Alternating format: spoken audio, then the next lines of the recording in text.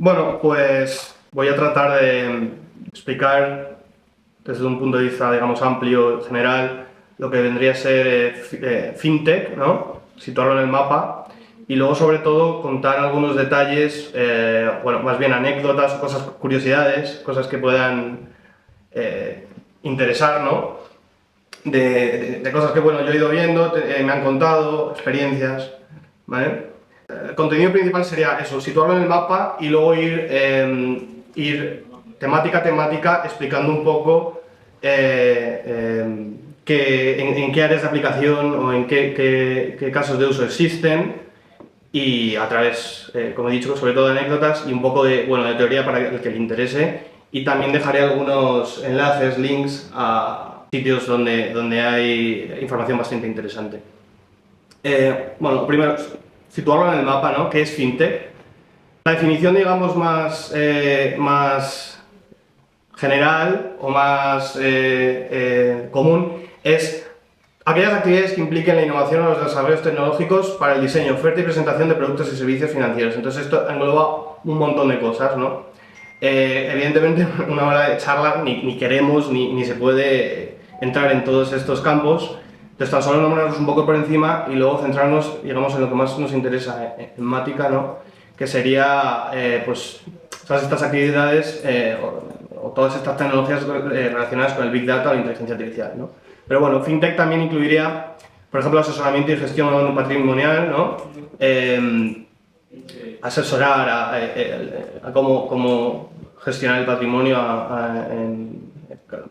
a las diferentes personas que puedan solicitar el servicio, finanzas personales, pues lo típico, ¿no? Que tenéis en la aplicación de vuestros bancos, pues los movimientos que habéis hecho, en que os ha salido hasta el dinero, ese tipo de cosas, financiación alternativa, bueno, pues financiación, por ejemplo, participativa o tipos de financiación no tradicionales, servicios de pago, ¿no? A la hora de pagar también se puede utilizar la innovación o desarrollos tecnológicos para crear nuevos servicios de pago.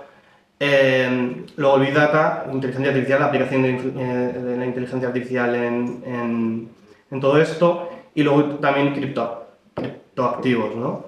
Todo lo que viene siendo, bueno, blockchain o criptomonedas, que seguro que conocéis. Pero como he comentado, nos vamos a centrar en esta parte del Big Data, ¿no? Entonces, productos y servicios financieros ofrecidos con, bueno, los últimos desarrollos tecnológicos y en concreto ofrecidos con la inteligencia artificial o el análisis de grandes volúmenes de datos, ¿vale? Hay una definición alternativa, ¿no? De lo que es FinTech, que podéis encontrar seguramente en muchos sitios si habéis leído o escuchado, y se utiliza también para llamar a las compañías que hacen de alguna de las actividades que he comentado su actividad principal, ¿no? Que utilizan los últimos desarrollos tecnológicos para alguna de las cosas que he comentado y esa es su actividad principal. Entonces son compañías que se las llama las FinTech como compañía, ¿vale? Esto es un resumen de una empresa que hace como las 250 empresas más importantes FinTech de este ámbito del 2022, y como veis, pues los áreas que hay por aquí pues generalmente están recogidos en lo que comentó antes. Esta presentación no va a ir de las empresas en sí, porque bueno, tampoco tendría mucho sentido, pero bueno, por si lo leéis o escucháis por algún lado, también se les llama así a las propias empresas, ¿no? Centrándonos en lo que sería la inteligencia artificial o el uso de grandes cantidades de datos en FinTech, hay una serie de aplicaciones o casos de uso que son los más relevantes, los más comunes o los que más impacto tienen. Quizás haya algunos más, pero yo diría que estos son los principales, ¿vale? Por un lado tenemos el análisis de riesgo, en concreto el riesgo de crédito, ¿vale? Que sería básicamente determinar la probabilidad de impago en los créditos. Y también la detección de fraudes. Bueno, detectar transacciones o operaciones fraudulentas o reportes fraudulentos. Y esto, el principal actor que está utilizando esto es la banca comercial. No el único, pero sí el principal. Después tendríamos, por otro lado, lo que es planificación y análisis financiero, que es básicamente pues, utilizar, como he dicho, Data Science e inteligencia artificial en lo que sería mejorar la operativa común de las empresas. Y aquí esto se aplica básicamente en cualquier tipo de industria, en cualquier empresa, cualquier tipo de industria, incluso de cualquier tamaño, ¿vale? Muchas veces se piensa que ya aplicar inteligencia artificial necesitas muchísimo dinero o muchísimos datos y se puede empezar a aplicar con poco. Y aquí es donde, bueno, Matica, al menos por ahora, es donde la mayor parte de los proyectos y de los casos de éxito se incluyen, ¿no? Por ahora. Y luego habría también lo que se llama, por un lado, trading algorítmico e inversión. Trading algorítmico, bueno, usar algoritmos para ejecutar automáticamente órdenes de compra-venta, eso es trading, básicamente.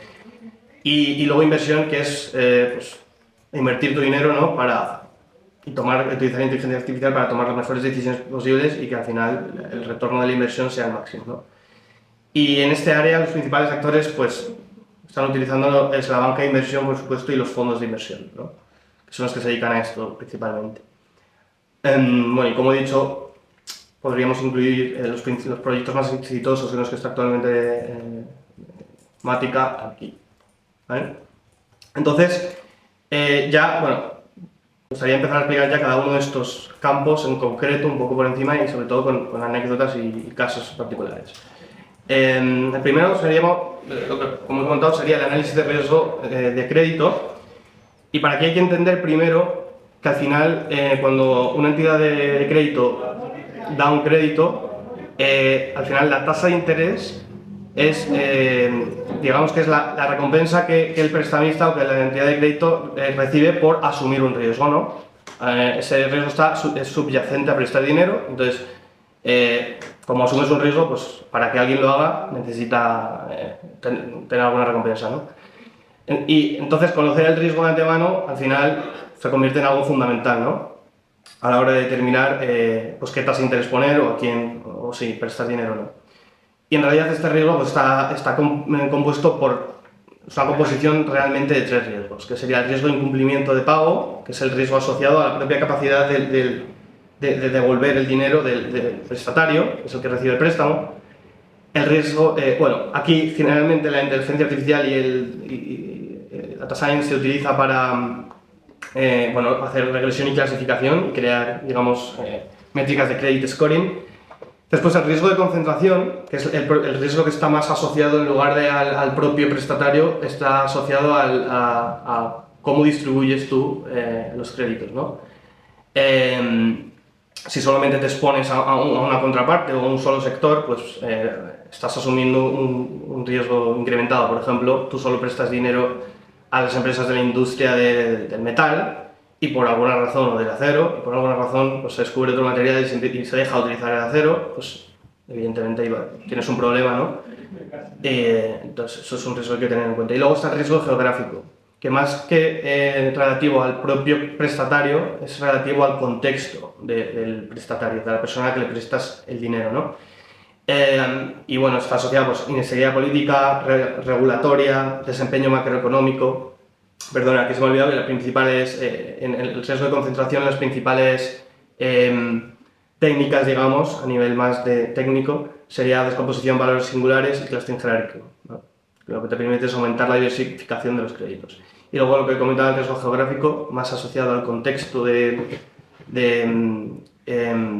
prestatario. Y aquí se utiliza algo de forecasting financiero para medir los macroeconómicos, ¿no? Porque, bueno, para saber cómo va a ser el contexto macroeconómico del prestatario en el futuro. En la mayor parte, digamos, no sé, el 90% del uso de data science o inteligencia artificial en este ámbito está aquí, la primera parte. Intentar crear o clasificar, entender el riesgo asociado al propio prestatario. Y en este sentido, más que el problema, bueno, todos los bancos ya actualmente lo utilizan, ¿vale? Los bancos o cualquier entidad de crédito lo utiliza para crear lo que digamos es el credit scoring, que es como la valoración del prestatario a la hora de darle el crédito, ¿no? Esto ya lo utilizan, es algo muy común, se utiliza mucho, pero el problema real se ha visto que no es tanto el conseguir un buen credit scoring o modelos que consigan mucha accuracy en lo que es credit scoring, mucha precisión, sino en la interpretabilidad de estos modelos. Y ha habido problemas en ello, y depende del país, ¿no? Y de la regulación, pero Y esto viene, sobre todo, trae, trae a colación un problema sí, un problema que es muy común, y es que muchas veces lo importante en este tipo de problemas, y nos pasa mucho a las personas quizás más del ámbito técnico, es que nos gusta mucho a lo mejor la inteligencia artificial o los algoritmos, entonces nos centramos en el algoritmo o el modelo que más precisión tenga. Y muchas veces es muy importante, o es más importante que ello, entender el negocio, el negocio de la empresa que lo va a aplicar, o el ámbito de aplicación, porque al final, si yo os pregunto qué es lo que quiere un banco, por ejemplo, si la entidad de crédito es un banco, ¿qué es lo que quiere un banco? Saber el credit scoring de cada persona que puede, o institución al que le puede prestar un crédito, ¿eso es lo que quiere el banco realmente? No, lo que realmente quiere el banco no es eso. Lo que realmente quiere el banco, bueno, todas las empresas al final, o los negocios es ganar dinero, entonces eso es común a todas, pero debajo de eso, en este caso habría una cosa, y es, lo que quiere el banco es prestar el máximo número de créditos posibles, o al menos que copen todo el dinero que tiene disponible para prestar, con el máximo margen posible. Eso es lo que realmente quiere el banco, no un credit scoring. Y esa operativa de prestar dinero o de dar créditos se encuentra en un contexto, ¿no? Es una operativa que se hace en un contexto, no se hace en el vacío. Y ese contexto tiene limitaciones, y esas limitaciones son, en este caso, que hay una regulación que te dice, oye, tú no puedes denegar un crédito a alguien y no decirle por qué, o al menos que poder explicarlo, ¿no? Entonces, por eso es muy importante entender el negocio y el ámbito de aplicación general, no solamente en este caso, pero en este caso es un ejemplo muy claro en el que se va a aplicar lo que estamos haciendo como data scientists o como expertos de inteligencia artificial. Entonces, ha pasado muchas veces que se han utilizado algoritmos, ¿no? O modelos con muy poca interpretabilidad y no han servido para nada por muy buenos que sean. Entonces aquí he puesto dos ejemplos de interpretabilidad, de técnicas de interpretabilidad aplicables, que son muy comunes, seguro que ya conocéis, que son los sub-values y counterfactual explanations. En general, o sea, a nivel muy general, sub-values sería como relacionar la distribución de cada una de las variables de entrada con el output que genera, ¿no? Y los counterfactual, pues es ver qué cosas de esas variables de entrada, al cambiarlas, pues crean un output diferente, ¿no? Ir cambiándolas y ir viendo qué output diferente generan, ¿no? Por ejemplo, los ingresos, cómo eso varía en el credit scoring, ¿no? Que sería el output de los modelos. Pero hay más, y además aquí pongo un link de lo que para mí es la Biblia de este tema, porque es un libro en el que se detalla todo este tema de la interpretabilidad muy bien y además muy completamente, que tengo además por aquí abierto, si le queréis echar un ojo. Y no solamente te cuenta técnicas como esto de los sub-values, sino que, bueno, aparte de ponerte un poco en contexto y por qué es importante y esto, te da, por ejemplo, o es muy completo en ejemplos de modelos que sí que son interpretables por sí mismos, ¿no? No siempre hay que aplicar las técnicas de interpretabilidad.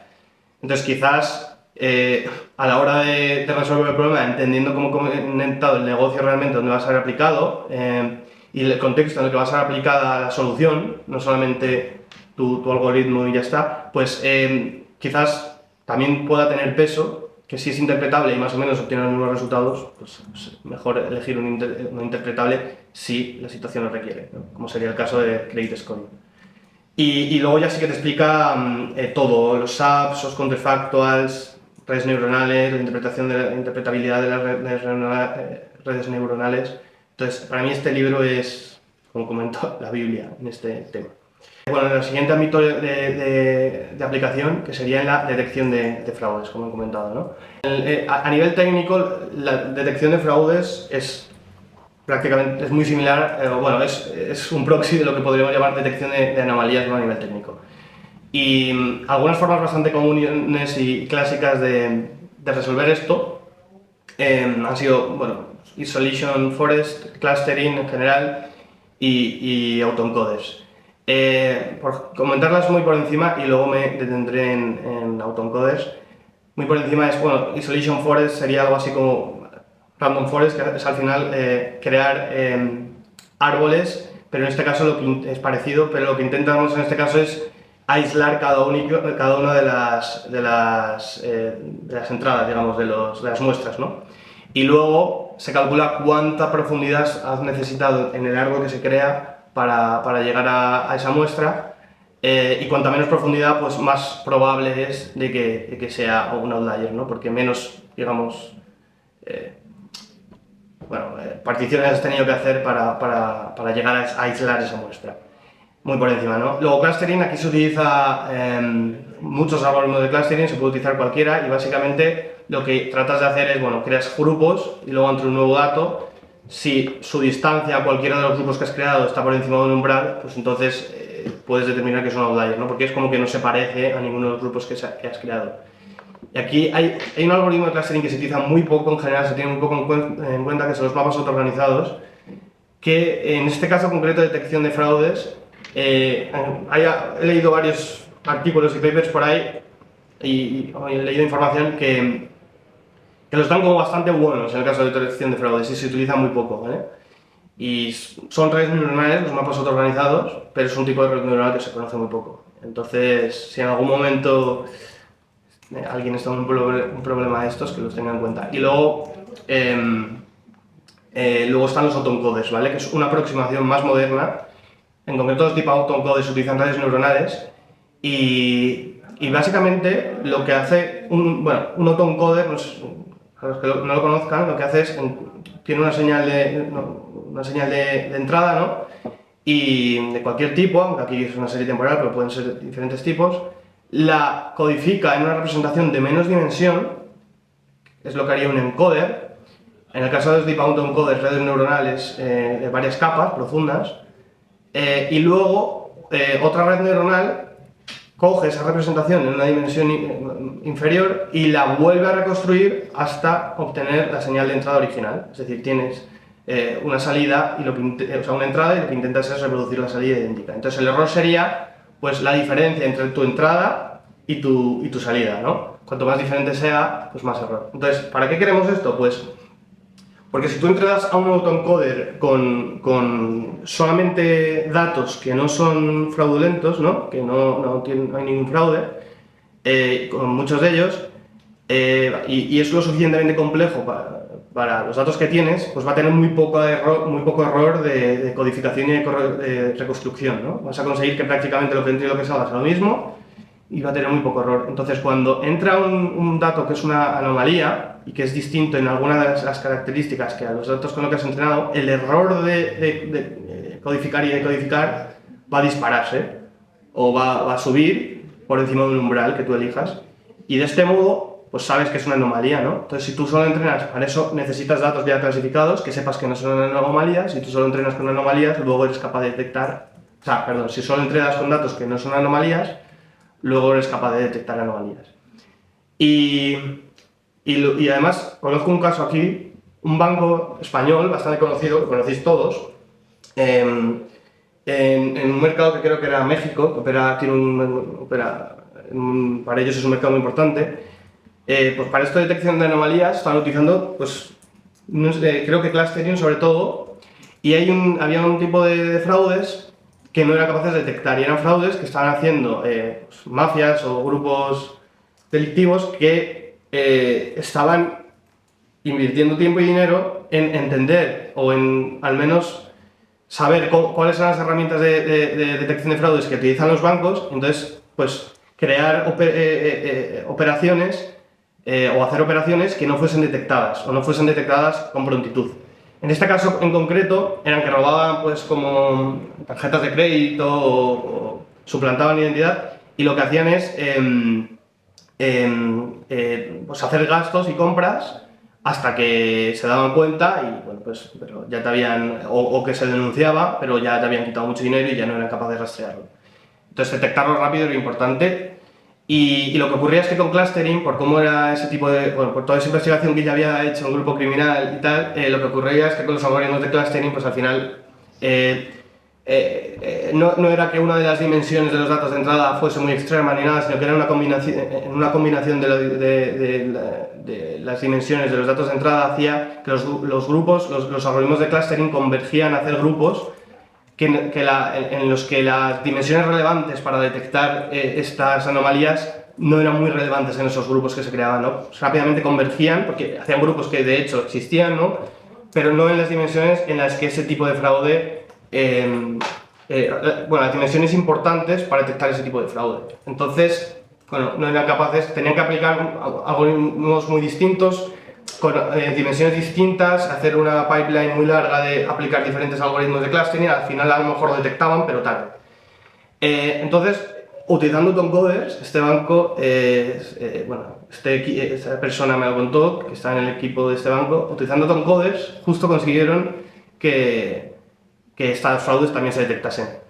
Y aquí viene también un poco a colación lo mismo que comentaba antes. Al final, ¿qué es lo que quiere el banco? ¿Detectar fraudes? No, lo que quiere es impedir fraudes. Entonces, si tú consigues un algoritmo que a lo mejor, yo que sé, te los detecta todos, pero tarda 2 días, es peor que uno que no te detecta todos o que da falsos positivos, pero tarda unas horas, porque ese lapso de tiempo de 2 días ya hace que no puedan cancelar muchas de las operaciones.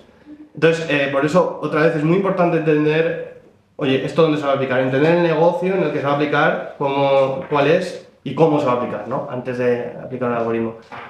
Y además los Tomcoders tienen para este tema en concreto, tienen una característica bastante relevante, y es que, me comentaba la persona que a lo mejor la precisión podía parecer parecida, pero daban más falsos positivos que falsos negativos, ¿no? Entonces, si tú piensas, aquí tienes 1.000.000 de transacciones, de las cuales solo 10 son fraudes, ¿qué es mejor? ¿Que te diga estas 15 son fraudes y luego de esas 15 solo 10 lo sean? Y entonces tú llamas a 15 personas, por ejemplo, oye, ¿esta operación la has hecho tú? Sí, la he hecho yo. Bueno, pues no pasa nada por equivocarte en 5 personas a las que te confirman que sí la han hecho ella, pero los 10 los has detectado. ¿Qué otro que te detecta de los 10, 9? ¿No? Entonces parece que tiene más precisión, pero es que ese uno que no ha detectado supone miles o decenas de miles de que alguien ha perdido dinero, ¿no? Y los autoencodes en este caso pues daban falsos positivos, algunos falsos positivos, pero generalmente te encontraban todos los fraudes. Entonces, bueno, fue una solución bastante buena. Y después, el siguiente ámbito de aplicación que he comentado es la planificación y análisis financiero, ¿vale? Aquí en general habría como 4 grandes puntos en los que las empresas, para llevar a cabo su operativa, y hay una parte de la operativa que es la planificación financiera, pues utilizan Data Science. Sería la elaboración de presupuestos, la asignación de recursos, la gestión de los riesgos asociados a su operativa y luego, en general, la toma de decisiones. ¿Vale? Como es obvio en todo esto, la previsión, ¿no? Prever cosas, saber cosas de antemano, digamos, es súper crítico o te puede dar muchísima información. Y aquí estos son unos gráficos de una empresa, o sea, de una encuesta que se ha hecho, ¿vale? En la principal página de planificación y análisis financiero, que se llama FP&A Trends, ¿vale? Esa es la página en la que las últimas noticias de este área siempre están ahí, públicas, claro. Se han hecho encuestas y una de las cosas relevantes de este área es que al final es muy importante el ciclo humano-máquina, que es básicamente esto, igual que la aplicación de la inteligencia artificial en otros campos puede resolver problemas que antes no se estaban ni siquiera intentando resolver, en este caso siempre se ha hecho planificación financiera y siempre se han hecho predicciones o extrapolaciones a futuro. Entonces, ya hay un conocimiento experto allí de las personas que lo han estado haciendo. Entonces, lo que mejor se ha visto que funciona es la interacción humano-máquina, que significa que básicamente se haga un ciclo de autoalimentación, ¿no? En el que lo que ofrece la inteligencia artificial es un input para las personas que ya hacen la planificación financiera y a través de esa información ellas producen también un output que luego a su vez es un input para la inteligencia artificial.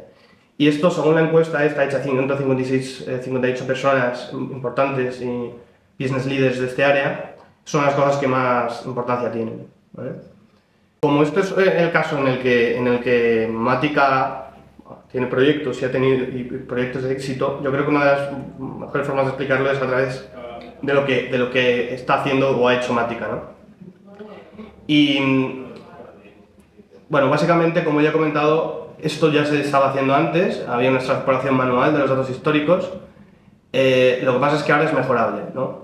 Y aquí es donde entra mucho también, como he comentado, trabajar con las personas, no solamente crear algoritmos, sino trabajar mucho con las personas que ya lo estaban haciendo, que lo entiendan bien, que den outputs ellos que sean inputs importantes para la inteligencia artificial y que la inteligencia artificial dé outputs que se puedan utilizar realmente en el día a día por las personas que lo están haciendo dentro de las empresas, ¿no? Que están planificando dentro de las empresas. Y en concreto, la experiencia, uno de los casos de éxito más importantes de Matica en este área es con una gran multinacional de bebida y food and beverages. Bueno, aquí quería explicar un poco en general lo que estamos haciendo, ¿no? Básicamente, estamos teniendo como input muchas métricas internas, estamos poniendo como input de los algoritmos o modelos muchas métricas internas de la propia empresa, muchas métricas externas macroeconómicas y luego, por supuesto, los propios KPIs que están intentando predecir, porque ten en cuenta que cuando hablo de planificación financiera, al final lo que tiene un profesional en una empresa de planificación financiera son como un cuadro, como si fuese la cabina de un avión, ¿no? Que estás manejando, y lo que a ti te llegan son KPIs. Los KPIs son, digamos, medidores que miden cosas de cómo está funcionando tu empresa. Cuando una empresa es muy grande, pues al final desde un avión un piloto no pilota bien el avión porque esté viendo una montaña o vea tal, porque al final ven nubes, no sé ni a qué altura. Lo que sí que tiene son medidores que dicen a qué altura estás, a qué velocidad vas, y aunque no vea nada, se puede pilotar un avión casi sin ventanas, casi, ¿no? Entonces, esto es lo mismo, en una empresa lo que tienen son KPIs, ¿no? Que miden el rendimiento de la empresa en diferentes ámbitos. Y lo que tratamos con la inteligencia artificial es predecir cuáles van a ser los KPIs en el futuro, que no es otra cosa que predecir cómo va a funcionar la empresa en el futuro, ¿no? Depende del KPI, pues un ámbito en otro, pero es eso. Entonces, utilizamos como entrada a los algoritmos para hacer estas predicciones, pues información interna de la propia empresa, pero también información externa que pueda afectar, dependiendo del negocio de la empresa, pues habrá una u otra, y también estos propios KPIs o cómo ha funcionado la empresa, básicamente, o qué ha sido la empresa en el pasado. Y a partir de ello, pues hacer previsiones, ¿no?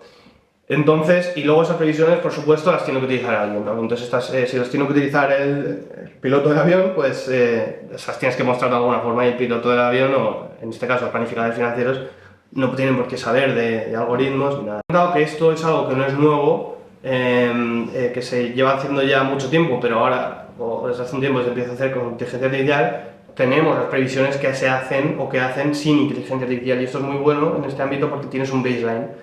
En otros ámbitos quizás no tengas un baseline y sea más difícil entender si algo es bueno o malo, pero aquí tenemos un baseline, ¿no? Entonces todo lo que sea mejorar lo que ya se hacía antes, pues es bueno.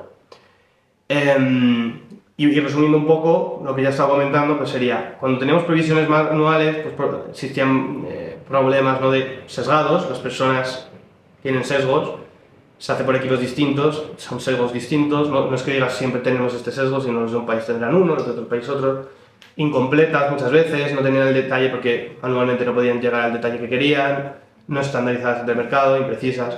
Entonces eso afectaba a las decisiones, que podían ser bueno, pues decisiones o parciales, con falta de información, poco informadas, inconsistentes. Y ahora con la IA, y gracias a lo que hemos hecho en Matica, y esto ya se está utilizando, o sea que esto no es lo que se va a hacer, sino es lo que está ocurriendo, pues sin sesgos, porque bueno, los sesgos que tú puedes introducir al modelo, pero es mucho menos.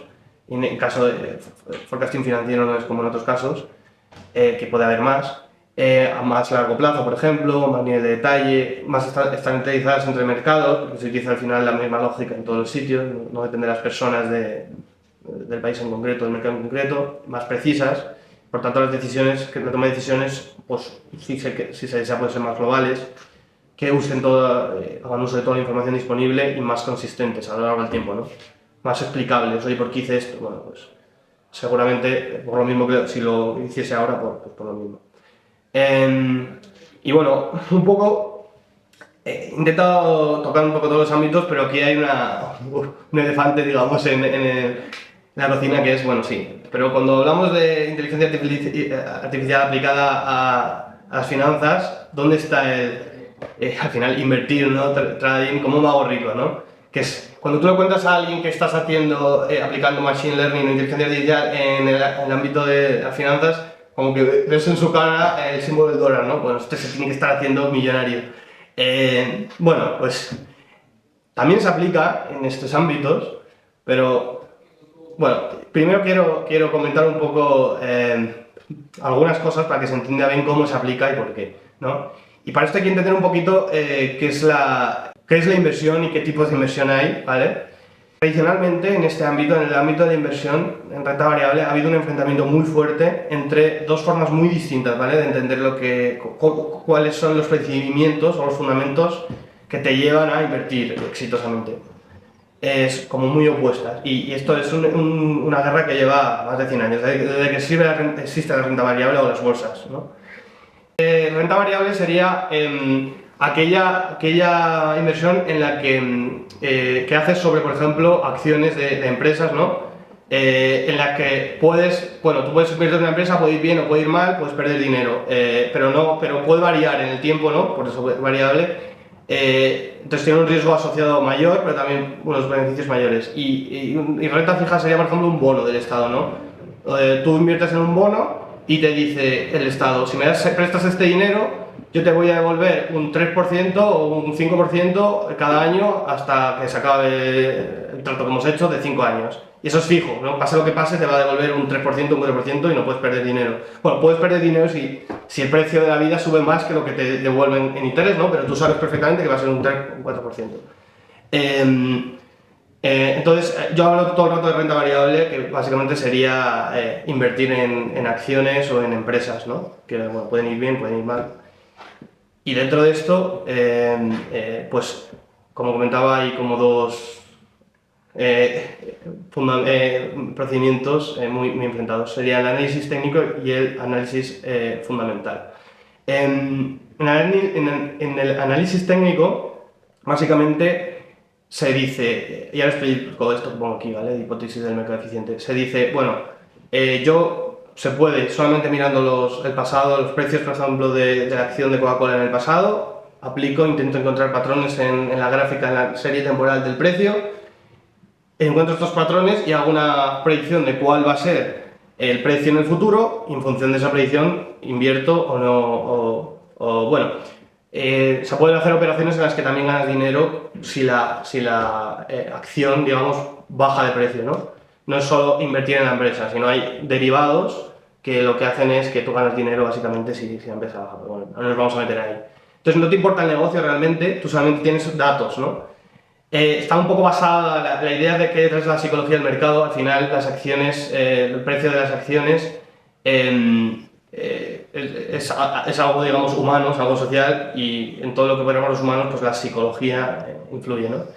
Y realmente solo se puede aplicar al ámbito de la bolsa, ¿vale? Y luego estaría el análisis fundamental, que es, no me voy a fijar en precios del pasado, en intentar encontrar patrones ni nada, sino simplemente voy a entender el negocio, una empresa concreta, con sus cuentas de resultados, con su contexto, con todo lo objetivo y subjetivo que encuentre.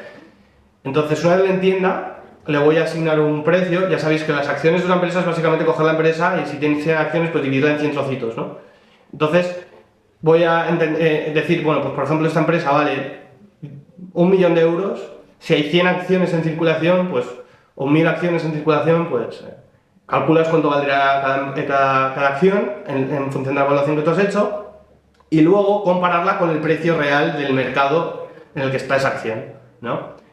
Si te das cuenta de que el análisis que tú has hecho y es correcto, da por ejemplo un valor de la acción de 10 euros y la empresa está a 6 euros, o sea, y la acción está en el mercado a 6 euros, pues tú la compras esperando que al final el precio acabe acercándose a su valor real, que es el que tú has analizado. Entonces, si acaba valiendo 10 euros en algún momento del futuro, en el largo plazo, puedes vender y habrás ganado 4 euros por acción que hayas comprado. Entonces la aplicación Value Investing es básicamente lo que se acaba de que os acabo de contar, y Growth Investing es bueno, una derivada, pero muy parecida. Y aquí la aplicación solo sería en análisis técnico y trading. Y bueno, algunos referentes, porque os suenen nombres, pues en análisis técnico serían Charles Dow, William Hamilton y Robert Rea. Y luego, pues en análisis fundamental, Benjamin Graham, Warren Buffett, Ray Dalio. Warren Buffett quizás os suene, se considera como el mejor inversor de la historia por mucha gente. Entonces, pongo aquí IA porque, bueno, aquí a primera vista, en el análisis técnico, muchos números, solo analizar precios, pues la aplicación de la IA parece que puede tener mucho sentido, ¿no?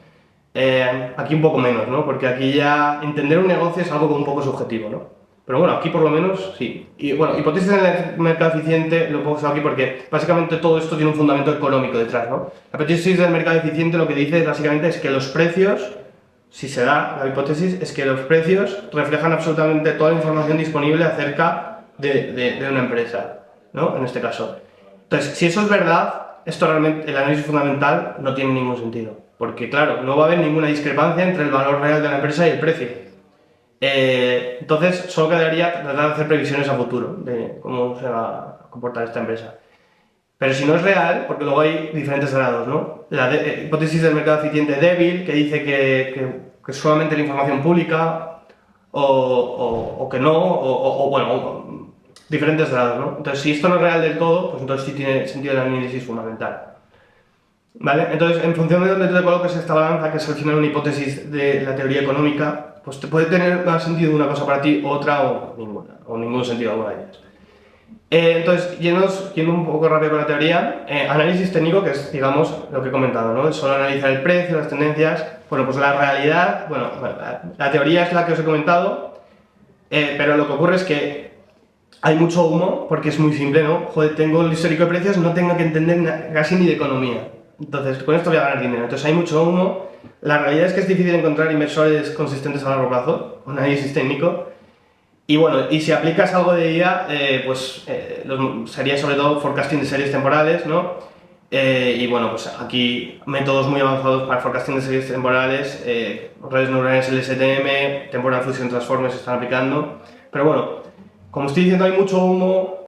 Y luego en el análisis fundamental, como he explicado, al final tiene una serie de características que generalmente lo hacen grupos expertos en inversión, grupos de expertos en inversión con mucha experiencia ya detrás, hacen análisis muy subjetivos y luego aquí empiezan a entrar cosas un poco más, digamos, grises, que muchas veces cuentan con información privilegiada, ¿vale?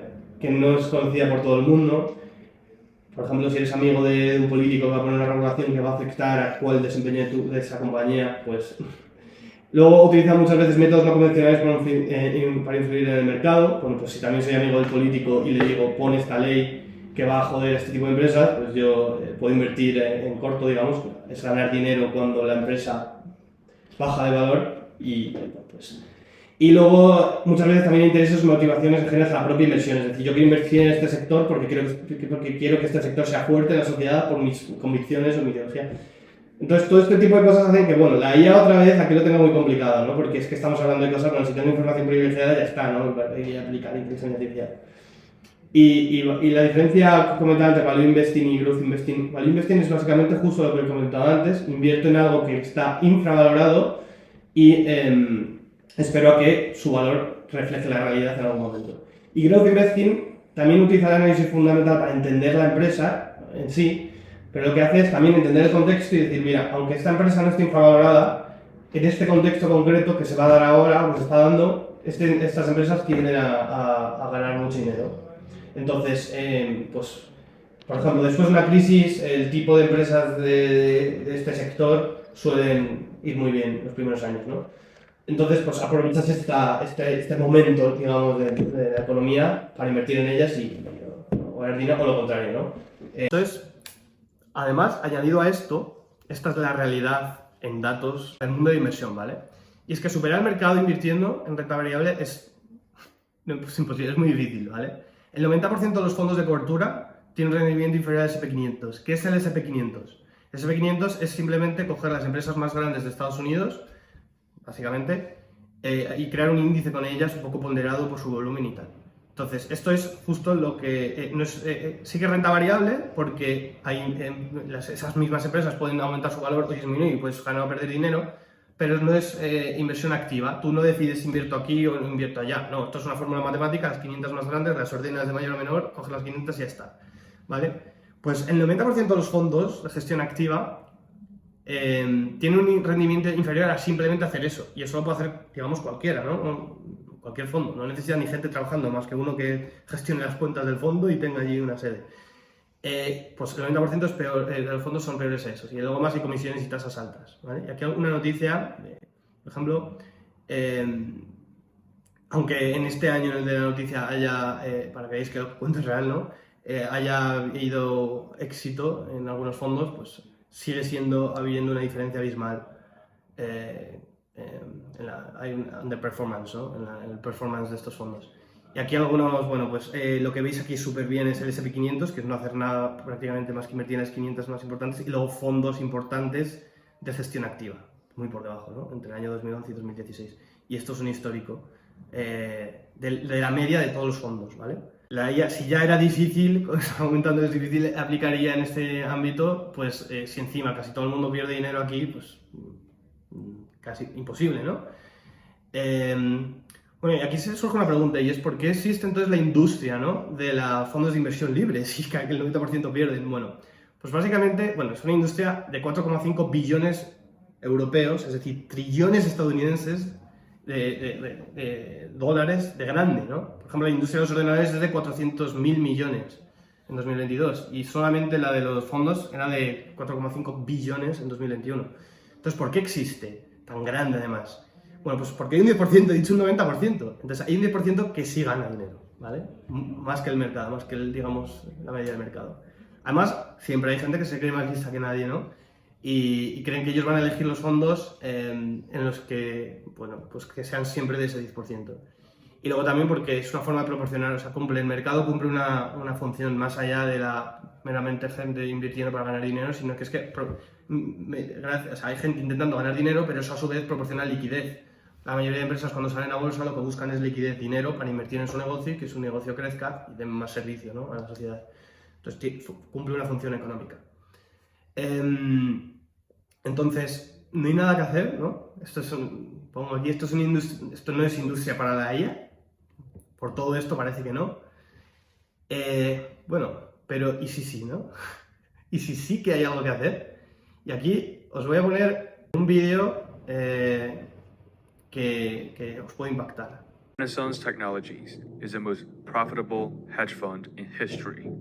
This is probably the single most successful hedge fund in the history of the industry in terms of its performance record. Right, so you got to remember he charges a lot, but before fees, 66% on average since 1988. Behind the firm's wild success are a series of mathematical models and powerful computers.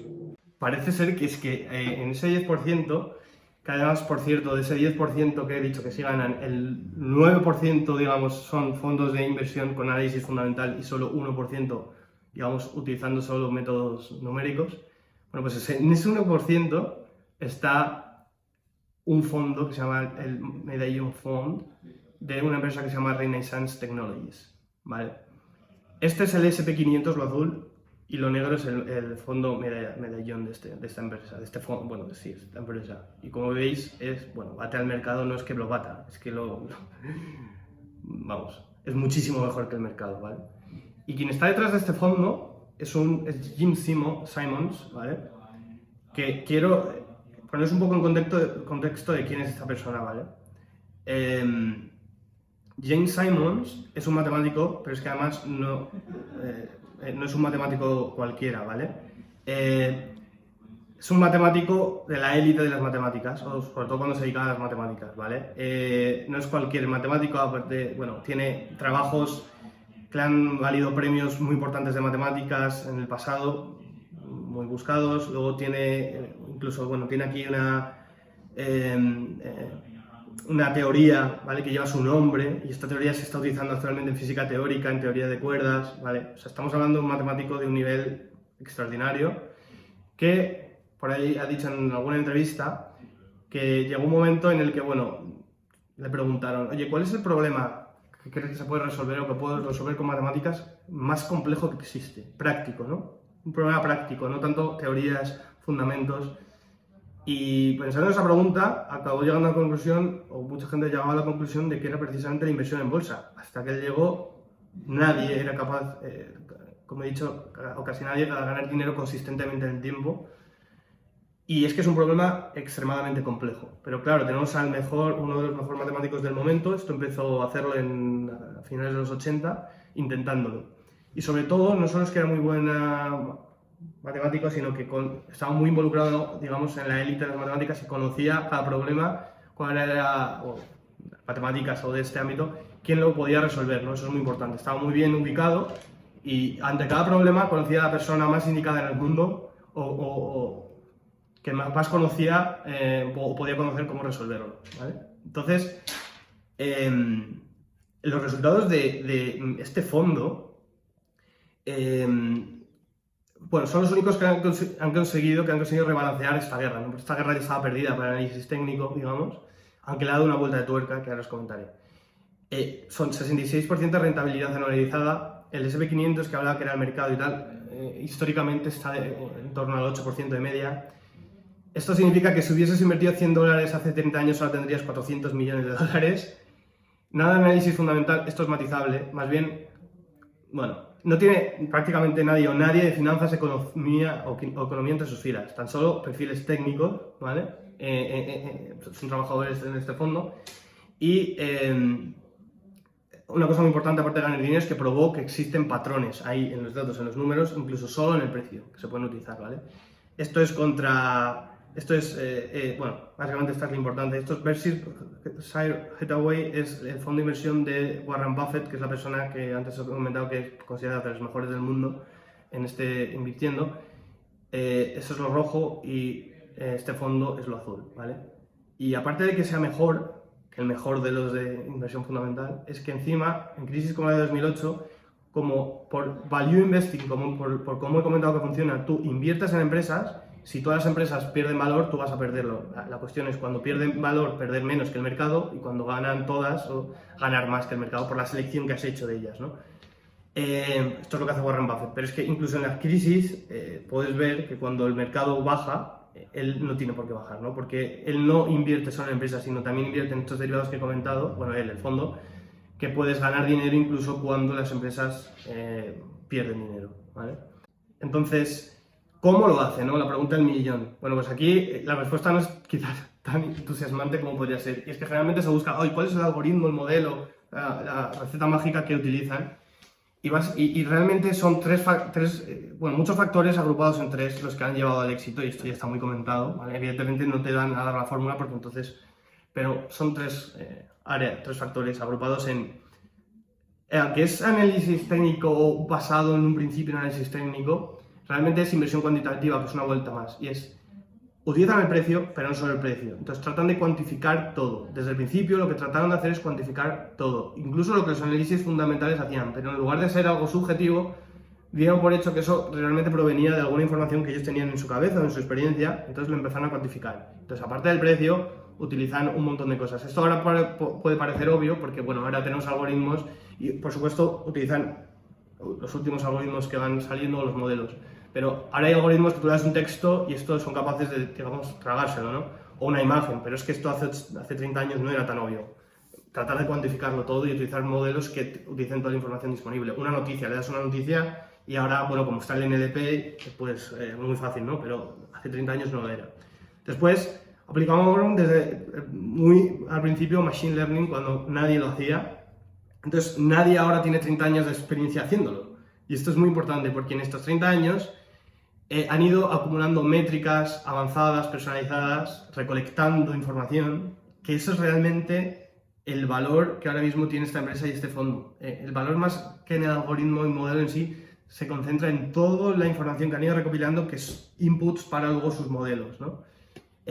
Porque son métricas muy avanzadas, derivadas y filtradas para que los algoritmos funcionen bien. Por supuesto, los modelos que utilizan también son muy avanzados y solamente sean derivadas, de modelos que existen, pero eso también es muy importante, ¿vale?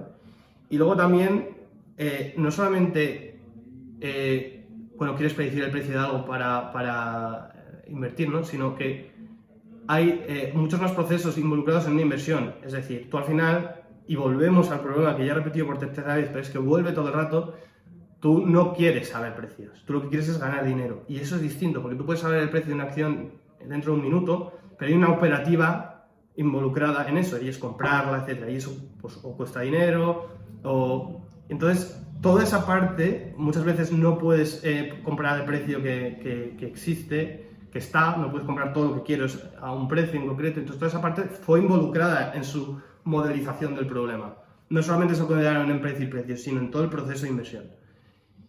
Y estos 3 factores al final explican su éxito. En cualquier caso, hablando ya puramente de modelos, se sabe que han utilizado modelos desde la mean reversion, que es prácticamente decir que todo vuelve a la media muy exactamente, hasta ya machine learning, como SVM. Pero como veis, son modelos que se conocen. Les dan una vuelta de tuerca, pero no es lo central. Entonces, si no eres una persona que eres un matemático con no sé qué doctorado, con premios y tal, y encima ya 30 años haciéndolos, ¿no se puede ganar dinero? Pues sí se puede ganar dinero cuantitativamente, aunque no seas Jim Simons o alguien parecido, ¿no? Y es porque hay otro área de aplicación que se está utilizando y en el que se gana dinero, y es el High Frequency Trading. Esto es básicamente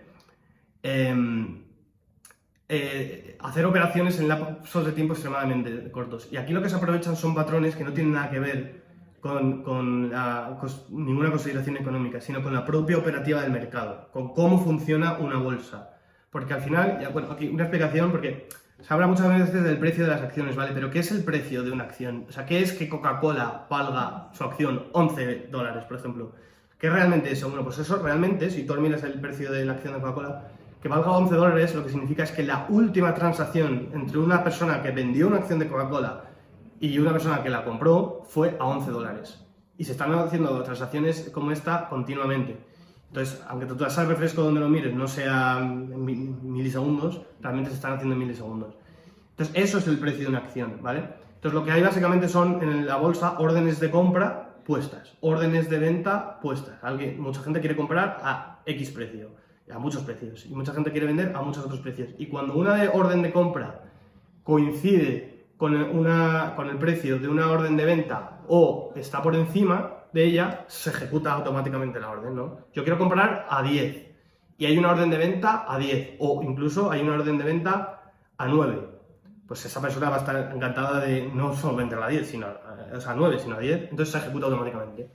Entonces, entendiendo que eso es el precio, pues lo que hacen estos algoritmos básicamente es en milisegundos tratar de encontrar patrones de la propia operativa. Por ejemplo, si yo quiero comprar 1000 acciones, pues ahora, a 10 euros, seguramente no haya 1000 acciones disponibles a 10 euros o más baratas, sino que va a haber una 9,88, si es una orden que se va a ejecutar, o 10 a 9,88, otras 10 a 9,89, muchas. Entonces, cuando yo doy la orden de comprar a 10 euros, 1000 acciones, pues no todas las 1000 se compran al mismo precio, porque no hay 1000 órdenes disponibles. Entonces ahí se empiezan a crear patrones de la propia operativa en cuestión de milisegundos o de centésimas de segundo, y esos patrones se pueden aprovechar, ¿no? Entonces, crear algoritmos que aprovechen esos patrones en milisegundos, pues se le conoce como, y operar de esta forma, pues se conoce como High Frequency Trading. Y aquí cobra mucha importancia una cosa que es bastante curiosa, y es la latencia de la fuente de información. Estas empresas están todas alrededor de la bolsa en la que operan, ¿no? Por ejemplo, de la bolsa de Londres, pues alrededor de la bolsa de Londres, del edificio donde es la fuente de información de sus servidores, donde se hace pública, pues están todas ahí alrededor porque ahí tienen la mínima latencia, entonces la información les llega lo más rápido posible. Y es bastante curioso. Y esto se utiliza, se gana dinero. Esto Bloomberg, una fuente de información bastante fiable en este ámbito, pues te pone noticias como que algunos hedge funds, o sea, fondos de este tipo que estamos hablando, quieren usar relojes atómicos, ¿vale?, para medir el tiempo con la máxima precisión para batir a estos traders que hacen high frequency. O sea, a estos niveles está llegando. Y hay un libro en el que se toca este tema que me parece que es muy bueno, que se llama Flash Boys, de Michael Lewis, que habla de gente que se dedica a hacer esto en Nueva York y tal. Bueno, habla de otras cosas, pero toca este tema y me parece que es un muy buen libro para si te interesa este tema, ¿vale? Y aquí es un vídeo para que realmente veáis de lo que estamos hablando. Esto es un vídeo muy rápido de lo que ocurrió en con las acciones de BlackBerry en 2013, creo que fue, que pasaron de 7,60 a $8 en muy poco tiempo, unos cuantos segundos. Bueno, pues todas las operaciones que se hicieron, ¿vale? Cada un bloque, aquí veis el precio, vale, olvidados de BIT, el precio en cada uno de los exchanges. Estos son exchanges de Estados Unidos, esto es el Nasdaq, que esto es uno muy importante, y estos son diferentes, pues de Kansas, de California, de tal, y las flechitas son como las operaciones que lo están haciendo. Bueno, no importa mucho entender exactamente lo que es cada cosa, sino que, bueno, para que veáis, y este es el tiempo, ¿vale? Esto es la hora, ¿vale? Entonces, en pocos segundos mirad lo que ocurre. Y esto evidentemente no es que haya una persona en milésima o de centésimas de segundo haciendo operaciones. Estos son algoritmos de High Frequency Trading. Todo esto ocurre no ha pasado ni medio segundo. Y ya ha ocurrido todo esto, ¿vale? Esto es un ejemplo para que veáis realmente lo que hay, ¿no? Esto es lo que hay. Se calcula además que un 60% de las operaciones se las hacen fondos de High Frequency Trading. Esto es un valor un dato un poco tramposo porque, claro, estos hacen muchas operaciones, entonces el 60% parece que es el 60% del volumen que se mueve así. No es el 60% de las operaciones, pero claro, si haces millones de operaciones en un segundo, pues fácil entre comillas, llegar a esas cifras. Y ya para terminar, quería hablar de una cosa que se utiliza en High Frequency Trading, pero no solo, y que es, digamos, lo último en tema de trading, que es, tecnológicamente hablando, que es Reinforcement Learning. En Machine Learning, bueno, un área de Machine Learning, lo tenéis que entender Reinforcement Learning como un área más dentro, digamos, aprendizaje supervisado, no supervisado, pues a ese nivel está aprendizaje por refuerzo, ¿vale? Para los que sepáis un poco de este tema. No es un algoritmo en concreto ni nada de ello, es una forma de entrenar, digamos, o de crear modelos. Que es básicamente, bueno, pues creas un entorno, en este caso sería el propio precio de las acciones, un agente que opera en ese entorno, compra y vende acciones, se crea un error, bueno, creas una métrica, que en este caso sería el dinero que tengo, que estoy invirtiendo y la gente va perdiendo y ganando dinero, y dices, oye, cuando pierdes pues es negativo para tu entrenamiento, cuando ganas es positivo, y entrenas a la gente a operar, ¿vale? Entonces, es muy bueno esto para este campo porque, como he hablado antes, una parte muy importante es toda la operativa relacionada con la propia inversión, no solo el precio. Entonces, aquí ya lo estás incluyendo todo, porque no estás enseñando a un modelo a predecir un precio, estás enseñando a un agente a invertir. Y en ello subyace que sabe cuál va a ser el precio. Entonces, esto se está utilizando en High Frequency Trading porque, claro, una vez tú sabes el precio con los modelos más tradicionales, o cuál va a ser el precio, cómo va a evolucionar el precio, luego hay toda una operativa relativa a cuánto invierto, ¿no? Sé que va a valer esto dentro de una micra de segundo, un milisegundo, va a valer esto, pero con una probabilidad de acierto. A veces que si yo equivoco, en función de esa probabilidad, cuánto invierto, cuánto no invierto, ¿vale? Y luego llevo a cabo la operativa de, en efecto, invertir. Bueno, pues todos esos pasos aumentan el tiempo, y como aquí el tiempo en este tipo de inversión es muy importante, con este tipo de algoritmos, aunque parezca curioso porque pueden ser muy complejos y que parece que tienen un tiempo de cómputo alto, bueno, pues si utilizas suficiente capacidad computacional, son muy rápidos haciendo todo el proceso entero. A lo mejor en el predecir el precio son más lentos, pero es que también te están invirtiendo, ¿no?